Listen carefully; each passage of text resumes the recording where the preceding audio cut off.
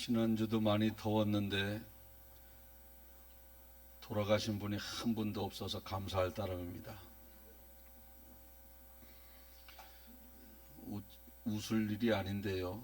날 더우면요, 열사병인가 해서 돌아가시는 분들이 몇몇 분 계시는데 안 돌아가셨잖아요. 2013년도 지금부터 11년 전 겨울에 일어난 사건입니다. 젊은 아기 엄마가 있었습니다. 남편은 아기를 낳고 도망을 가버렸습니다. 여자 혼자가 갓난아기를 품에 안고 작은 쪽방에서 아기를 키우고 있었습니다. 수입이 없고 경제적으로 어렵다 보니까 이 아이에게 이런 것 저런 것 해줄 수 있는 형편이 아니었습니다. 심지어는 아기가 먹을 우유조차도 없어서 아기가 울면서 밤을 지새우는 그러한 일들이 계속되어지고 있었습니다. 겨울이라 날씨가 많이 춥지만 그래도 온도는 이불을 덮고 어머니의 체온으로 녹이면 어느 정도 해소가 됩니다마는 배고파서 우는 아기, 그 아기를 바라보면서 엄마의 억장이 무너지고 있었습니다. 엄마는 드디어 결심을 합니다. 마트에 가서 아기의 분유를 훔치고 말았습니다. 도둑질도 해본 사람이 한다고 처음 그렇게 아기의 분유를 훔치다가 마트 주인에게 걸려버렸습니다. 걸려서 경찰서에 고소를 당하게 됩니다. 처음에는 많은 사람들이 그러한 모습을 보면서 어떻게 젊은 아기 엄마가 마트에서 도적질할 생각을 할까? 등에 업고 있는 아기가 지금은 어리지만 점점 커가면서 엄마의 비행을 다 보고 그대로 습득할 텐데 참 어머니가 너무하다.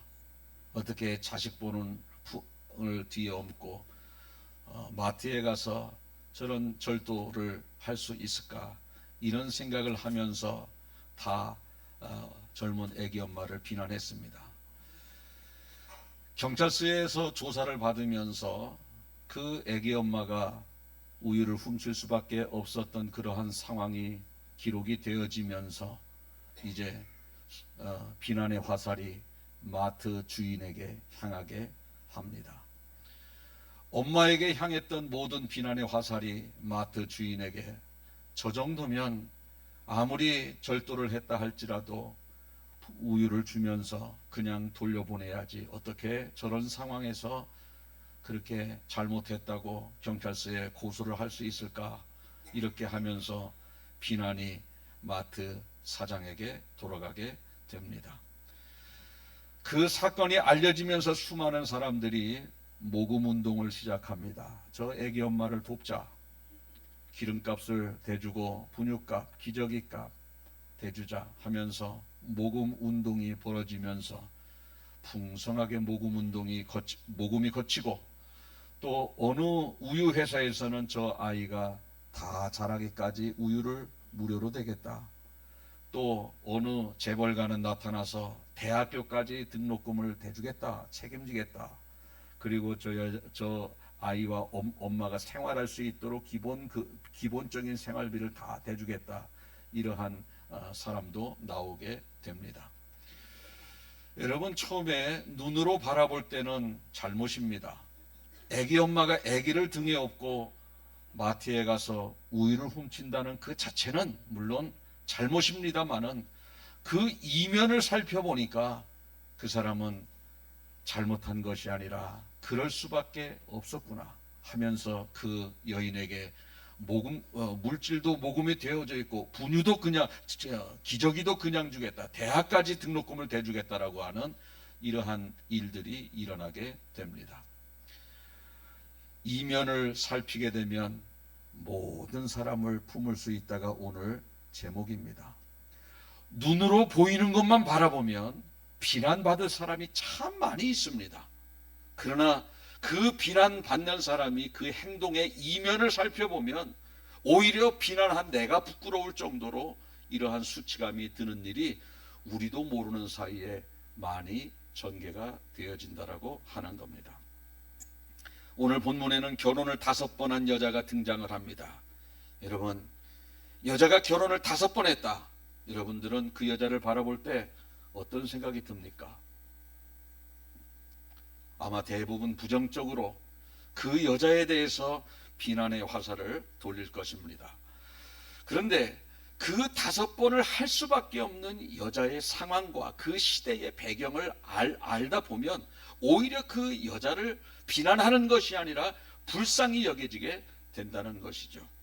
제가 그 당시의 상황을 좀 설명을 드리면, 그 당시에는 이혼의 결정은 전적으로 남편이 할 수 있는 것입니다.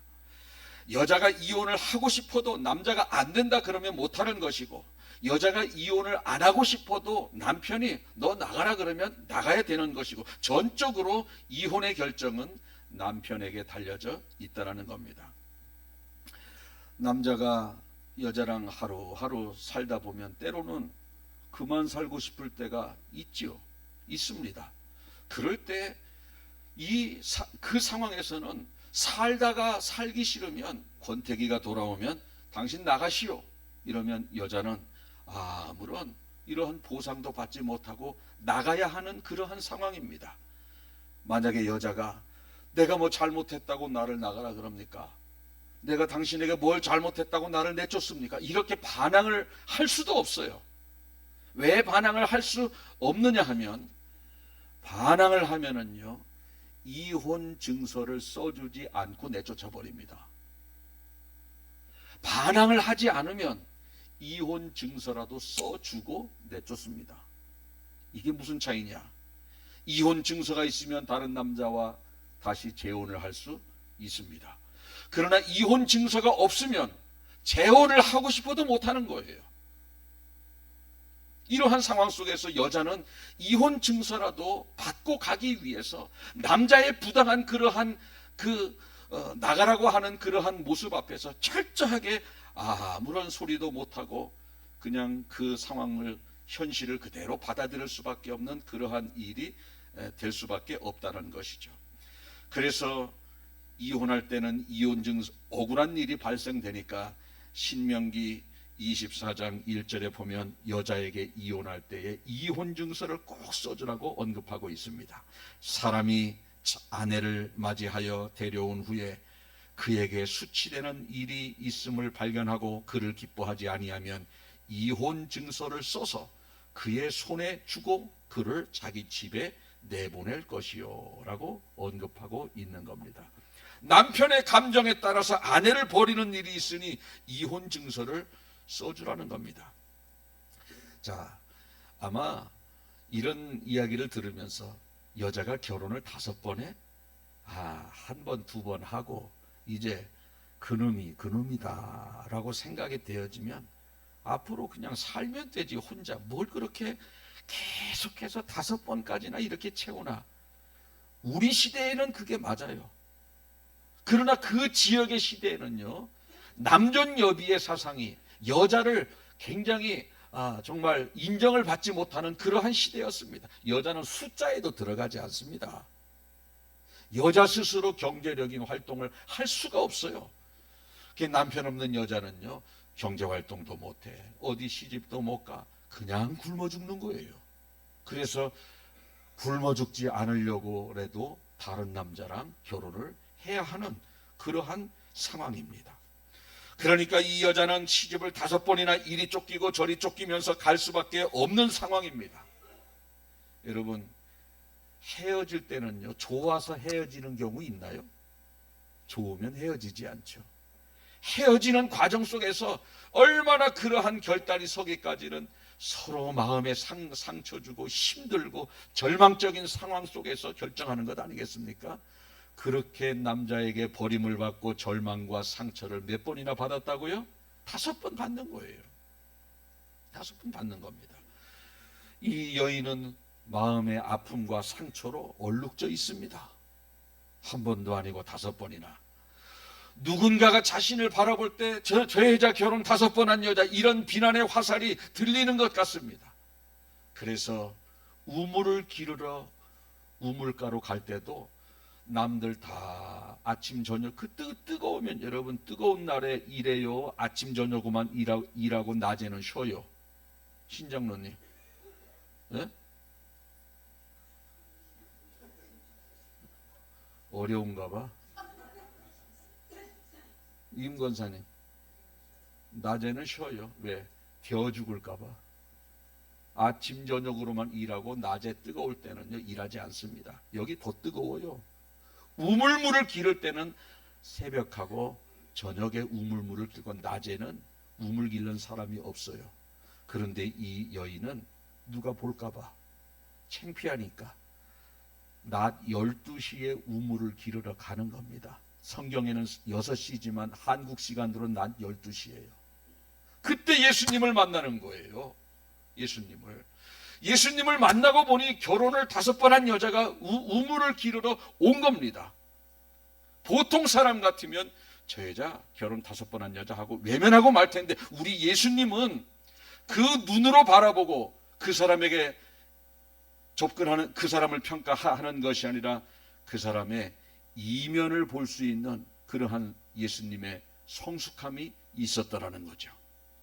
아, 저 여자 결혼 5번 한 여자, 아유 강한 여자. 많은 사람이 그렇게 하지만 예수님은 결혼을 5번 하면서 얼마나 상처를 많이 받았을까, 얼마나 힘이 들었을까, 얼마나 부끄러웠을까, 얼마나 부끄러우면 남들은 아무도 오지 않는 그 뜨거울 때 물을 기르러 나왔을까. 너무너무 불쌍한 겁니다. 그래서 그 여인에게 영생의 선물을 주기 위해서, 영원히 마르지 않는 영생수를 주기, 구원의 은혜를 주기 위해서 너 남편을 데리고 오라. 저는 남편이 없습니다. 있는데 없다고 그러는 거예요. 있는데. 왜 없다 그러느냐? 지금 있으면 뭐해? 또 버림받을 거. 이런 생각으로 지금도 결혼 생활을 하고 있는 겁니다. 예수님이 말씀하십니다. 그래, 내 말이 맞다. 지금 있는 남편도 내 남편이 아니다. 이렇게 지금 말씀하고 있는 겁니다. 여러분, 얼마나 불쌍합니까? 한 번 이혼도 마음의 상처와 아픔과 이러한 부끄러움을 가지고 있는데 5번이나 그렇게 상처를 받은 그러한 사람, 비난해야 돼요? 품어줘야 돼요? 어째 다들 비난해야 돼요? 품어줘야 돼요? 품어줘야 됩니다. 수많은 사람들이 겉으로 드러나는 것만 바라보면서 판단하고 멀리하고 왜 내 곁에 오느냐고 그런 부정적인 말을 합니다마는, 예수님처럼 이면을 살피는 사람이라면 그 사람이 아무리 수치스러운 일을 했다 할지라도, 어떻게 마트에서 도둑질에다가 붙잡히는 그러한 일들이 있었다 할지라도, 사람은 도둑질하는 여자라고 그렇게 그 사람을 멀리하지만 이면을 바라볼 줄 아는 사람은 그 사람을 품고 사랑하게 되어져 있다라는 거예요. 아기 엄마의 이면을 보는 사람, 성숙한 사람. 결혼 5번 한 여자의 그러한 아픔의 이면을 보는 사람, 성숙한 사람. 그런 사람이 여러분이 되시길 주님의 이름으로 축복합니다. 예수님은 이런 눈으로 보이는 것만 보는 것이 아니라 그 사람의 이면을 볼 줄 알았기 때문에 가룟 유다를 품을 수 있는 거예요. 가룟 유다는 예수님을 은삼십에 판 사람입니다. 어떻게 제자가 스승을 팔을 수 있느냐, 이런 괘씸한 놈. 눈으로 보면 괘씸한 놈입니다. 그러나 이면을 바라보니까 불쌍한 사람이에요. 왜? 예언이 되어져 있어요. 누군가는 은삼십에 예수님을 팔아야 돼요. 스가랴서 11장 12절에서 13절 보면 예수님이 은삼십에 팔리는 내용이 예언이 되어져 있는데, 내가 그들에게 이르되 너희가 좋게 여기거든 내 품삯을 내게 주고 그렇지 아니하거든 말라 하였더니 곧 그들이 은 30개를 달아서 내 품삯을 삼은지라. 여호와께서 내게 이르시되 그들이 나를 헤아린 바 그 싹을 토기장이에게 던지라 하시기로 내가 곧 은 30개를 여호와의 전에 던지고 토기장이에게 주었느니라 기록하고 있어요. 이 말이 뭡니까? 가룟 유다가 회개하고 은 30을 제사장에 갖다 주니까 안 받아요. 성전에 던져버리고 나오니까 그 제사장들이 그 은 30으로 토기장이의 밭을 사버립니다. 그 예언이 그대로 스가랴의 예언에는 예수님을 누군가가 은 30에 팔아야 된다라고는 예언이 있는데 그 사람은 그 예언의 부정의 그 악한 일의 도구의 일을 하고 지옥 가는 겁니다. 그런데 왜 해필 가룟 유다 너가 그 일을 하느냐? 누군가는 할 수 있지만 너는 하지 말았어야지. 참 불쌍하다. 안 됐다. 나는 누군가에게 팔려야 돼. 스가랴의 예언이 이루어지기 위해서는 나는 누군가에 의해서 은 30에 팔려야 되는데 왜 해필 너냐? 그래서 예수님은 그를 불쌍히 여기고 차라리 너는 이 땅에 태어나지 아니했으면 좋았을 뻔했다 이렇게 말씀하고 있는 겁니다. 교회에 이렇게 보면요, 어떤 사람은 교회는 열심히 다니면서 하나님의 말씀을 순종하지 아니하고 세상 사람들의 이야기는 얼마나 잘 듣는지 몰라요. 목사로서 괘씸해. 아니 저렇게 주일마다 나와서 아멘은 막 고개에 디스크 걸리게 끄떡하면서 아멘하면서 말씀대로 살지 아니하고 세상 사람들 이야기만 잔뜩 듣고 또 주일날 교회 나와서 아멘 아멘 하면서 말씀 잘 듣고 밖에 나가서는요 말씀대로는 안 살고 세상 사람들 이야기만 잘 들어요. 처음에는 괘씸했어요. 이면을 살펴보니까 불쌍한 거예요. 왜? 성경에는 그렇게 사는 사람이 점점 많아질 것이다라고 예언하고 있어요. 누군가는 그렇게 살아야 돼요.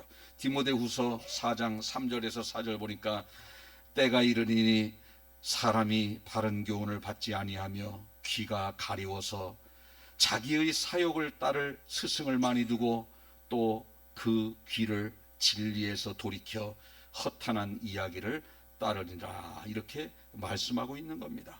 말씀하고 있는 겁니다. 그러니까 진리에서 돌이켜서 허탄한 이야기를 따르는 사람들이 마지막 때는 많이 일어나는데 왜 하필 김 집사가 그 예언의 말씀 나쁜 일이 이루어지는 예언의 말씀에 서야 됩니까?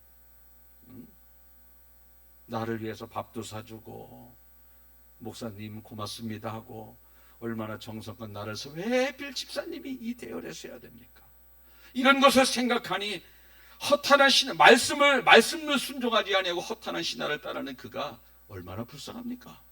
불쌍한 거예요. 또 어떤 사람은 교회를 떠나서 이단으로 갑니다. 미워할 거 없어요. 디모데전서 4장 1절 보니까 그러나 성령이 밝히 말씀하시기를 후일에 어떤 사람들이 믿음에서 떠나 미혹하는 영과 귀신의 가르침을 따르리라 하였으니 일부의 성도들이 마지막 때에 믿음을 저버리고 미혹하는 영과 잘못된 영의 가르침을 받아 누군가는 귀신의 가르침을 따라 이단으로 빠져야 된다는 겁니다. 그런데 왜 하필 당신이냐 이거예요. 눈으로 보이는 것만 바라보면 너무너무 야속하고 미워요.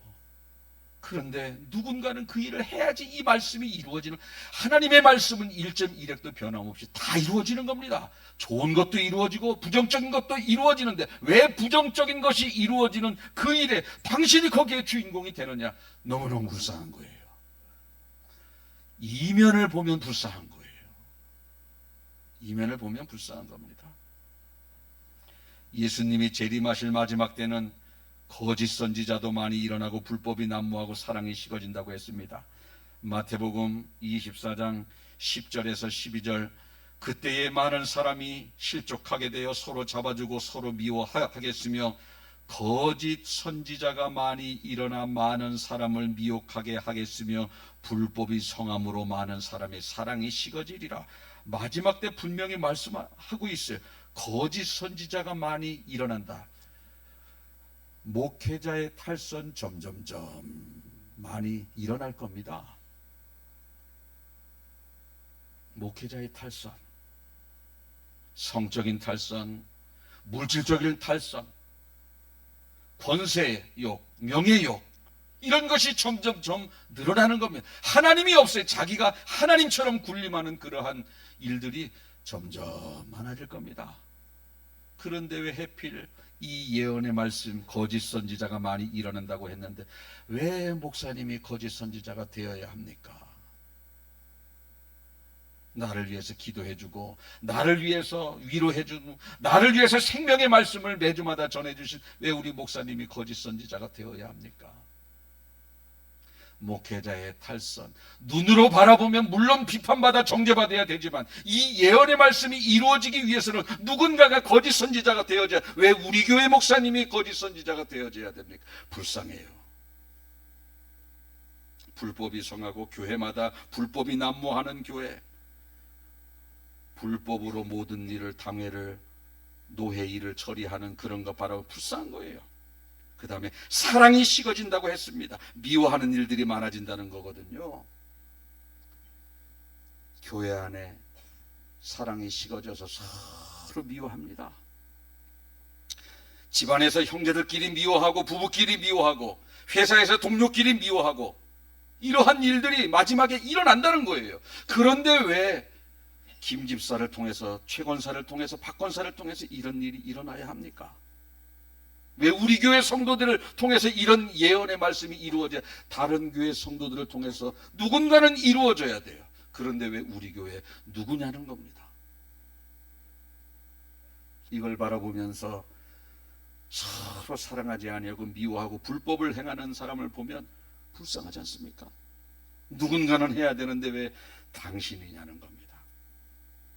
이런 관점에서 바라보니 거짓 선지자를 미워할 수 없고, 불법을 행하는 자를 미워하는, 사랑이 식어지고 미워하는 자를 미워할 수 없어요. 불쌍해 보이는 겁니다. 그래서 예수님은 가룟 유다를 불쌍히 보이고 용서한 것이고, 스데반은 자기를 향해 돌을 던지는 사람을 위해서 불쌍하게 생기면서 그들을 위해서 기도할 수 있었던 것입니다. 사도행전 7장 59절에서 60절 보니까 그들이 돌로 스데반을 치니 스데반이 부르짖어 이르되 주 예수여 내 영혼을 받으시옵소서 하고 무릎을 꿇고 크게 부르짖어 이르되 주여 이 죄를 그들에게 돌리지 마옵소서 하고 이 말을 하고 잔이라 죽었다는 겁니다. 자기를 향해서 돌 던진 사람을 위해서 저들의 죄를 저들에게 돌리지 마소서 기도할 수 있습니까? 자기를 죽이고 있는 사람을 용서할 수 있어요? 예수님이 십자가 위에서 조롱하고 저주하고 예수님을 십자가에 못 박은 사람을 위해서 주님 저들을 용서해, 저들은 지금 저들이 하는 일을 알지 못하고 있습니다. 저들 용서해 주세요. 어떻게 이런 기도가 나올 수 있는가? 이면을 보는 거예요. 여러분의 마음에 상처 준 사람을 품을 수 있습니까? 눈으로 바라보이는 것만 보면 품지 못해요. 이면을 보면 품을 수 있어요. 저 사람이 저렇게 악한 말을 하기까지 어려서 성장 과정이 얼마나 힘들었으면 저렇게 악한 사람이 됐을까? 어려서 많이 힘들었나 보다. 그러니 저렇게 강한 사람의 성품이 만들어졌지. 얼마나 외로웠을까? 그 만들어진 강한 성품을 가지고 이 사람 저 사람 대하고 있으니 성장에서도 주변에 사람이 얼마나 없을까? 나라도 품어줘야겠다 하면서 내 마음에 상처 주고 강한 사람의 친구가 될 수 있는 것이 뭐냐? 이면을 살피는 거예요. 따라하겠습니다. 이면을 살피면 모두를 품는다. 이면을 살피면 다 품는다. 아내의 이면을 살피고 남편의 이면을 살피는 거예요. 성도의 이면을 살피고 직장 동료의 이면을 살피는 거예요. 우리 집사람 없으니까 내가 뭐 좀 한마디 해야지. 일부에는 못해. 눈동자와 같이 쳐다봐서. 옷을 사요. 제가 볼 때는 다른 사람이 입으면 이쁜데 집사람이 입으면 안 이뻐. 왜? 이게 다르잖아요. 이게 입고서 그냥 또 거울 보면서 왔다 갔다 제 앞에 왔다 갔다 해야 뭐래도 한 소리 좀 해주길 바라지. 내가 볼 때는 정확하게 말해주고 싶어. 근데 그 허리도 없이 저렇게, 그 허리가 없으면 그냥 이렇게 쭉 입으면 되는데 그걸 또 허리를 만들려고 거기를 옥죄니 그 위로 아래로 툭툭툭 튀어나오는 뭔가가 있단 말이지. 저걸 지적해 줘야 되나. 본인은 안 보여. 왜? 이렇게 보니까. 근데 앞에서 보면 이게 보인단 말이야. 볼록, 허리띠, 볼록이 보인단 말이야. 저걸 지적을 해줘야 되나. 냅두자, 냅둬. 얼마나 여자는 다 이뻐지고 싶은 마음을 가지고 있지 않습니까? 그래, 기분 맞춰주자. 아유, 아주 이쁘네. 잘 샀네, 잘 샀어. 속은 아니에요. 그러나 저 나름대로 누가 뭐라 그러지 않아도 애 둘 낳고 또 이렇게 한제 60을 향해서 이렇게 나아가는 그 둥글둥글한 몸매, 여자는 또 옛날 아가씨 때 생각하더니 저걸 정확하게 얘기해 주나 말해야 되나 하면서, 그래, 정확하게 얘기해 주는 것보다 저 이뻐지고 싶은 그 이면을 보듬어 주자. 그러면서 무조건 이쁘다고 그러는 거예요. 무조건. 그러면 또 맨날 이쁘다고 그런다고 또 오히려 승질을 내요. 그럼 정확하게 얘기해 줄까? 그러면은 또 아무 말도 안 해. 왜? 정확하면은 맨날 상처받게.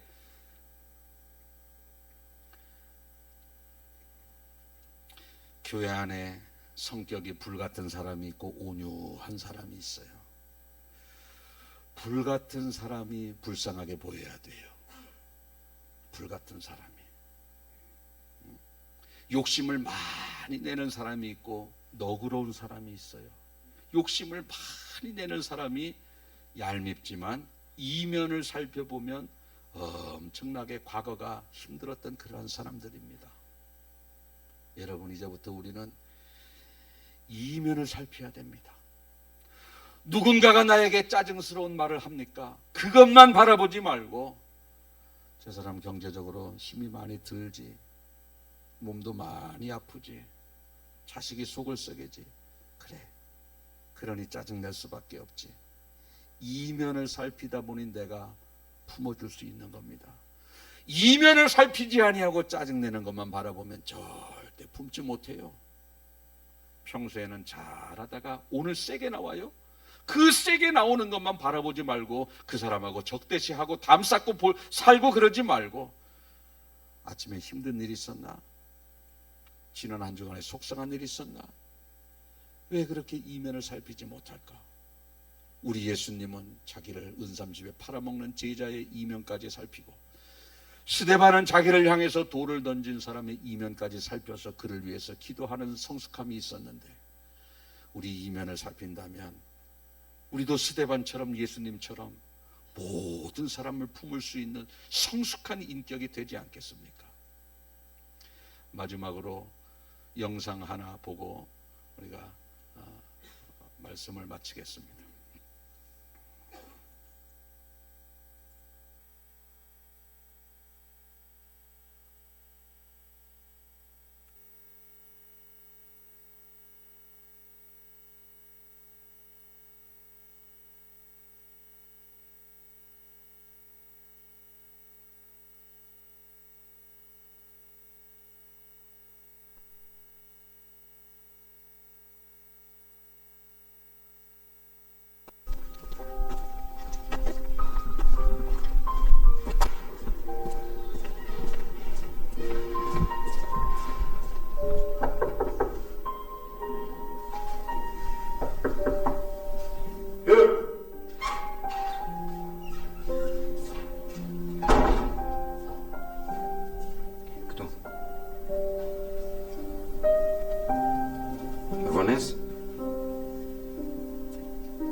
Sem abonas? زیر دارم کدوم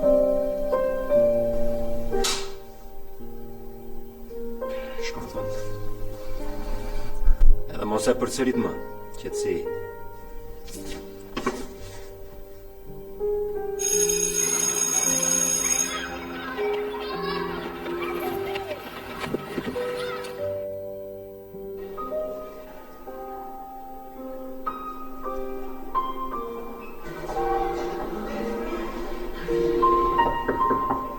Hier!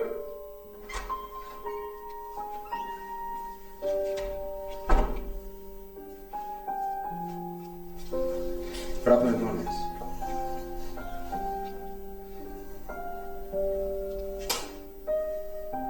Spannend.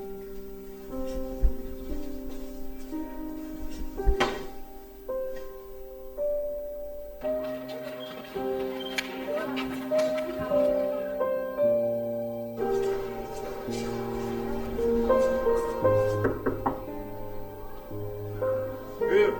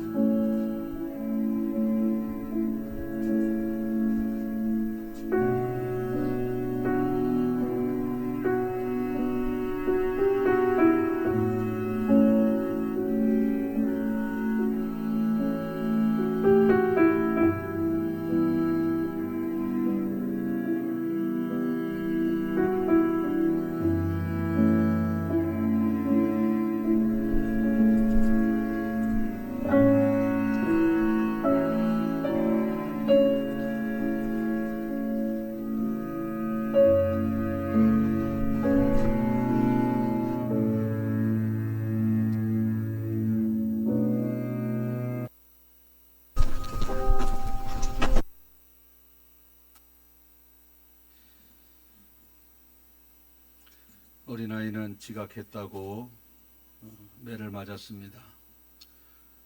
눈으로 바라볼 때는 지각을 했기 때문에 매를 맞아야 합니다.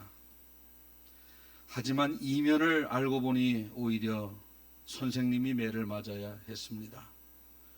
선생님은 많이 부끄러웠습니다. 뒤늦게라도 어린 학생의 이면을 보았기 때문에 학생의 손바닥을 때리는 일을 중단할 수 있었는데, 그 학생의 이면을 선생님이 보지 못했다면 그 착하고 선행을 하는 어린아이를 지속적으로 괴롭힘을 줄 수밖에 없었다는 것입니다. 여러분, 우리가 이면을 바라보지 못하면, 이 어린 학생의 이면을 보지 못하고 지속적으로 그 아이에게 학대를 가하는 선생님의 모습이 우리 모습이 된다는 것입니다. 여러분이 누군가에게 받는 그 말 그대로만 받아들이고, 여러분이 한마디 던진 말, 여러분이 누군가가 격하게 하는 행동을 그대로만 받아들이고 여러분이 한 그 한마디의 말, 그 사람은 너무너무 위로받고 싶고 힘들고 절망적인 상황에서 오히려 나의 말 한마디로, 눈으로만 바라보고 이면을 바라보지 못하고 던진 나의 말 한마디로 더 깊은 상처와 아픔을 겪고 살아가고 있다는 것을 우리는 깨달아야 된다는 겁니다. 이제부터 우리는 눈에 보이는 것만 바라보고 절대 사람 평가하고 판단하지 마십시오. 저 사람이 저렇게 내 마음에 이런 아픔을 줘, 힘든 게 있나? 기도해 주자. 내 마음에 이런 상처 주는 말을 했어? 뭐 속상한 일이 있나? 경제적으로 어려운가? 자식이 속을 새기나? 기도해 주자. 이런 것이 바로 이면을 살피는 자의 성숙함입니다.